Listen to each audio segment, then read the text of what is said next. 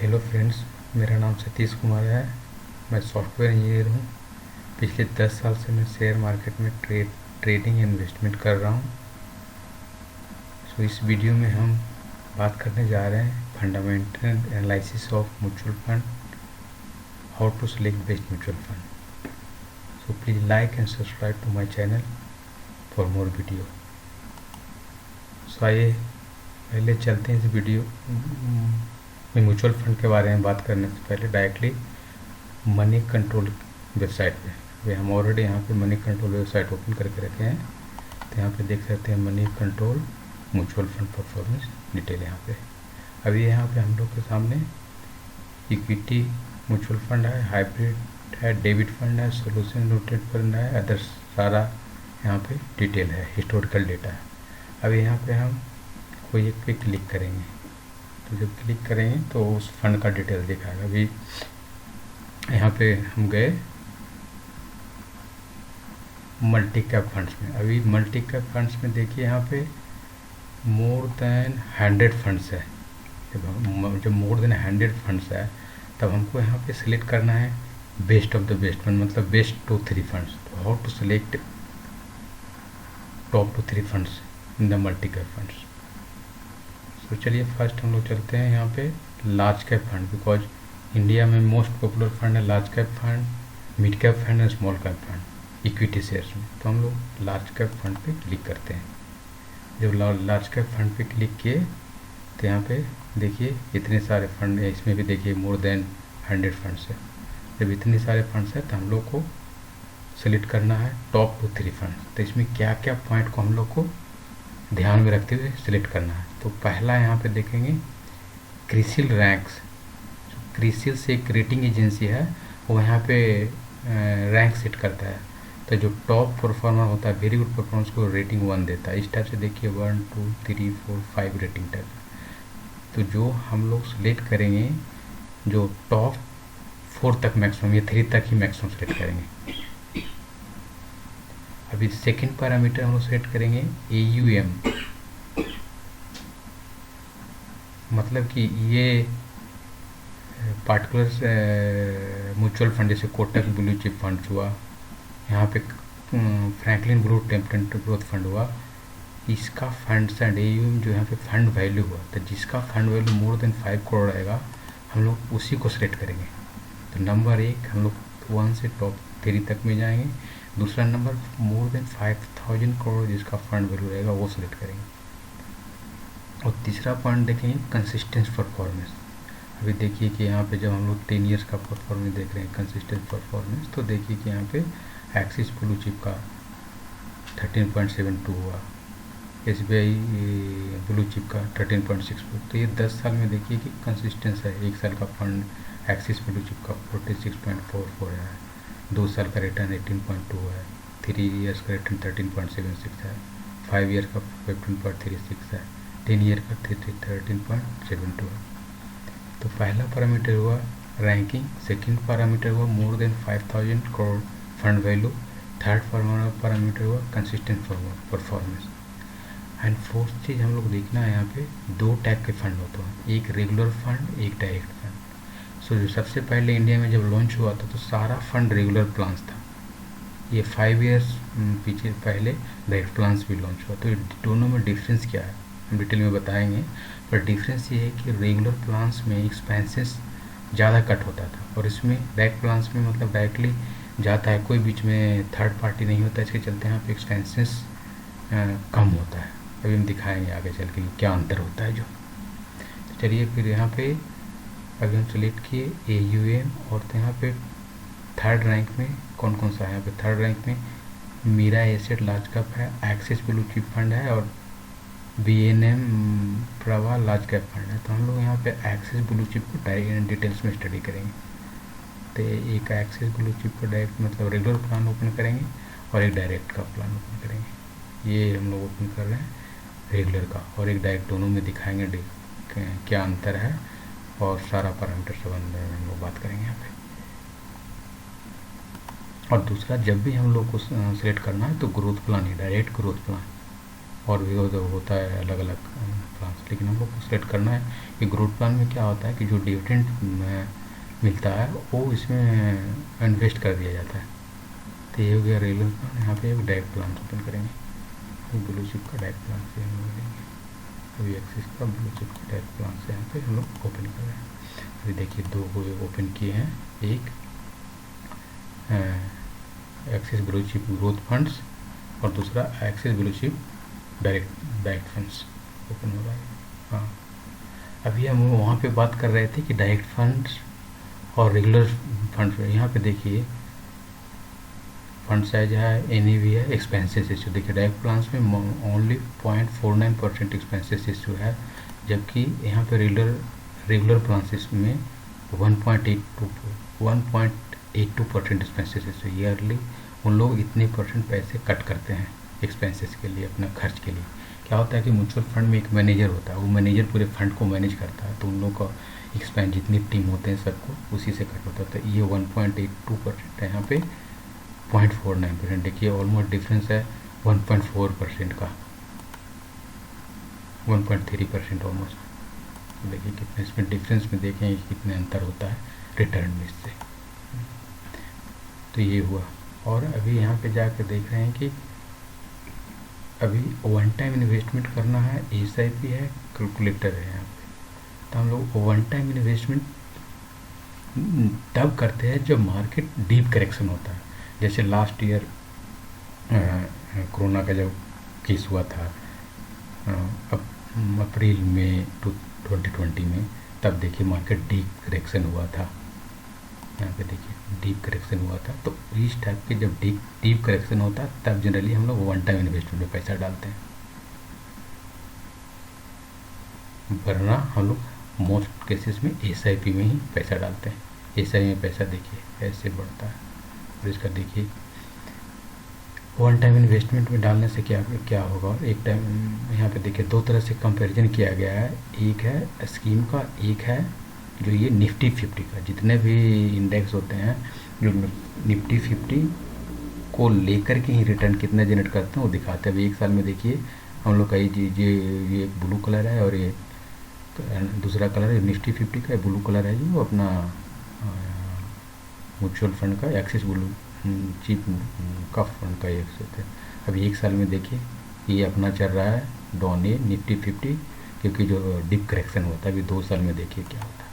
2 साल में देखिए यहाँ पे ये है जो निफ्टी 50 को, और ये अपना जो फंड है ऊपर चल रहा है, ये नीचे, मतलब ये ज़्यादा रिटर्न दे रहा है। तो 5 साल में देखिए कैसे, देखिए 5 साल में अपना फंड ऊपर चल रहा है, निफ्टी 50 को बीट करते हुए आगे बढ़ रहा है। अब यहाँ पे गोल्ड से कंपेयर कर सकते हैं। देखिए 5 साल में कैसे गोल्ड कैसे भागा, अपना फंड कैसे भागा, गोल्ड का रिटर्न कैसे दिया। ये वन टाइम इन्वेस्टमेंट में करके देखते हैं। अभी यहाँ पे अगर SIP करते हैं, हम लोग इसको सिलेक्ट करते हैं और SIP करते हैं, देखिए कैसे होता है। एक साल में कि 1 साल में बीट किया, 2 साल में देखिए, 3 साल में देखिए SIP में, 5 साल।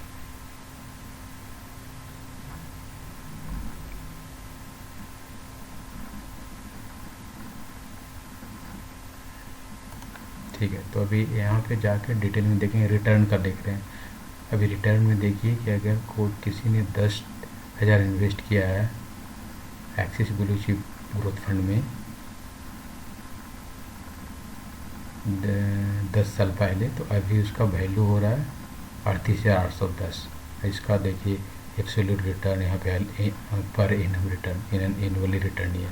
अभी इसका डिफरेंस देखिए ये हुआ रेगुलर प्लान का, और दूसरा यहाँ पे देखिए डायरेक्ट प्लान का। डायरेक्ट प्लान में देखिए रिटर्न में डिफरेंस कैसा, देखिए कि यहाँ पे 1 साल का रिटर्न है 47.55%, यहाँ पे देखिए 1 साल का रिटर्न है 45.74। ऐसे देखिए यहाँ पे दूसरा का रिटर्न है रेगुलर प्लान में 17.9, यहाँ पे 3 ईयर्स का रिटर्न है 13.84, 5 ईयर का रिटर्न है 15.31। यहाँ पे देखिए अंतर दिख जाएगा। ये हुआ रेगुलर प्लान का रिटर्न, यहाँ पे है डायरेक्ट प्लान का रिटर्न, देखिए 19.3, 15.24, 5 ईयर का 16.7। अब यहाँ पे देखिए डिफरेंस कितना हुआ 5 ईयर्स में। 5 ईयर्स में यहाँ पे 15.31% है रेगुलर प्लान में, और यहाँ पे है 16.74।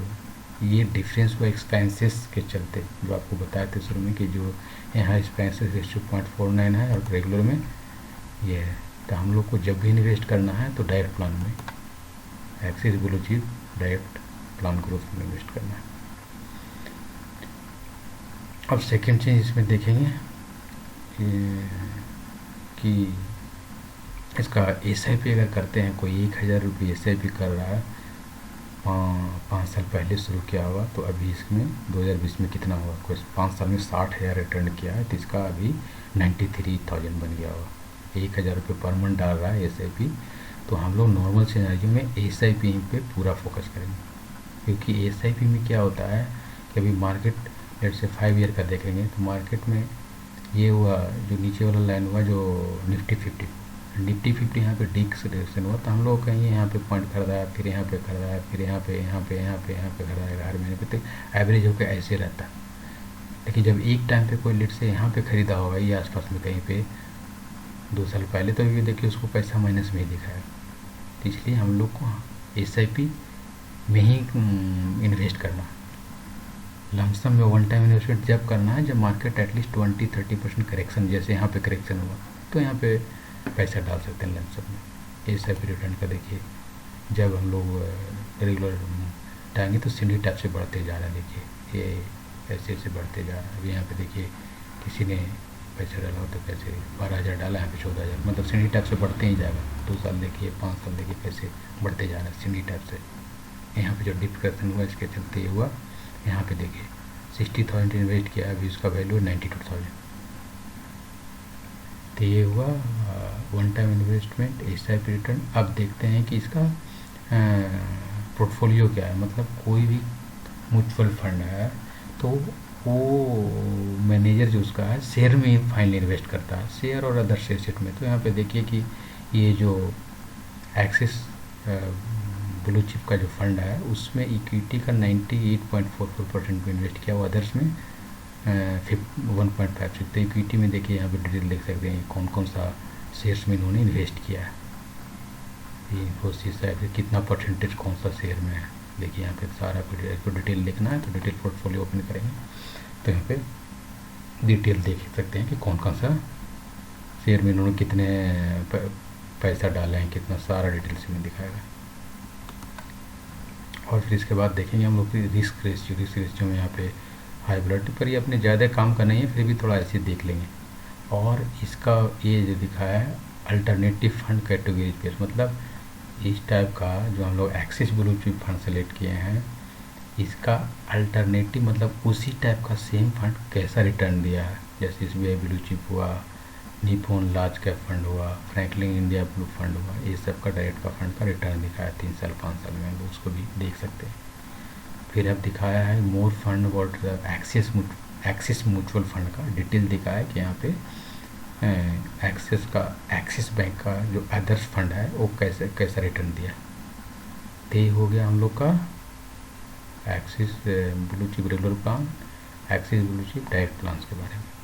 अब हम लोग इसी टाइप से कोई और फंड को हम लोग सिलेक्ट कर सकते हैं। ये तो हो गया हम लोग लार्ज कैप को सिलेक्ट किए, एक और फंड को देखते हैं।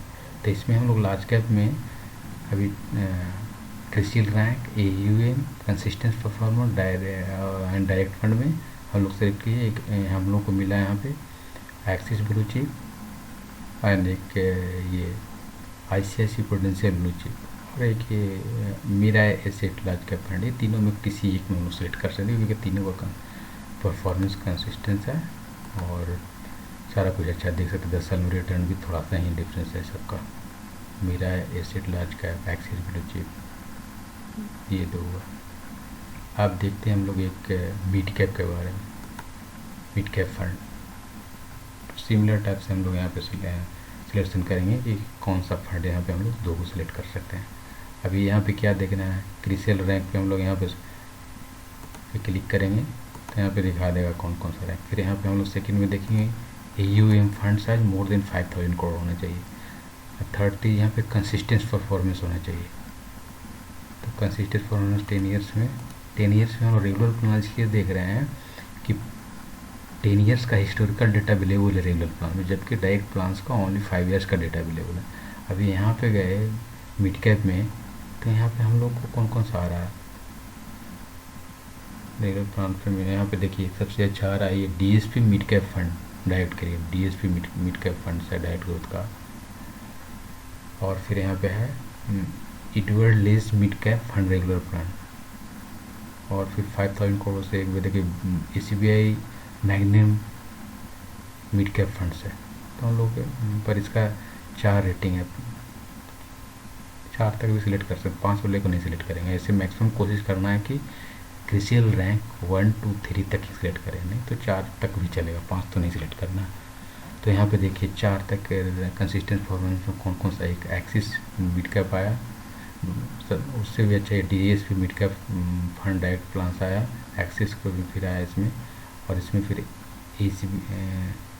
एसबीआई मैग्ना मिड कैप आया, फिर यहाँ पे एक आया एचडीएफसी मिड कैप अपॉर्चुनिटी पर चर्चर फंड यहाँ पे आया। तो चारों में से कोई हम लोग एक सिलेक्ट कर सकते हैं। इसका भी डिटेल देखना चाहेंगे तो सेम टाइप से हम लोग ओपन करके डिटेल देख सकते हैं कि यहाँ पे एक्सपेंसेस रेशियो कितना है डायरेक्ट का। जब भी हम लोग को सेलेक्ट करना है तो HDFC mid cap opportunity plan direct growth plan direct ही सेलेक्ट करना है। फिर इसमें सेम टाइप से हम लोग सारा एनालिसिस करेंगे कि इसका 5 साल का रिटर्न क्या है, कैसा है, सब कुछ यहाँ पे देखिए दिखाएगा। अगर वन टाइम इन्वेस्टमेंट क्या होगा एचडीएफसी मिड कैप फंड में अभी से 10 साल पहले, तो उसका 10,000 का भी 49,000 बना हुआ, 49,498। सेम टाइप से अगर एस आई पी किया हुआ है 1,000 पर महीने का, तो 1,20,000 10 साल में इन्वेस्ट होकर अभी उसका वैल्यू है 3,03,371 रुपया। तो इस टाइप से हम लोग डिटेल एनालिसिस करके सिलेक्ट करेंगे कोई भी फंड के बारे में, इधर मल्टी कैप हो, लार्ज कैप हो, लार्ज एंड मिड कैप हो, स्मॉल कैप हो, ईएलएस हुआ जो टैक्स फंड्स हो। तो ये रहा how to select best mutual fund through the fundamental analysis, like fundamental analysis करना है म्यूचुअल फंड, तो उसके साथ सिलेक्ट करना है best mutual fund. Thank you for watching my video.